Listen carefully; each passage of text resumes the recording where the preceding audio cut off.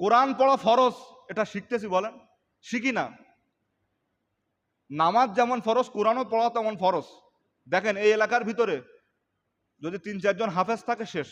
হাফেজ হওয়া কিন্তু ফরজ নয়, কিন্তু কোরআন শেখা আপনার আমার জন্য ফরজ, যেটা নবীজিও বলেছেন, কিন্তু সেটা মানি না।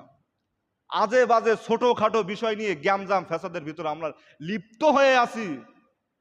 আজকের থেকে ওয়াদা করুন, মৃত্যুর আগে হলেও কোরআনটা সহি করে শিখে পরে কবরে যাবেন। রাজি আছেন না ইনশাআল্লাহ?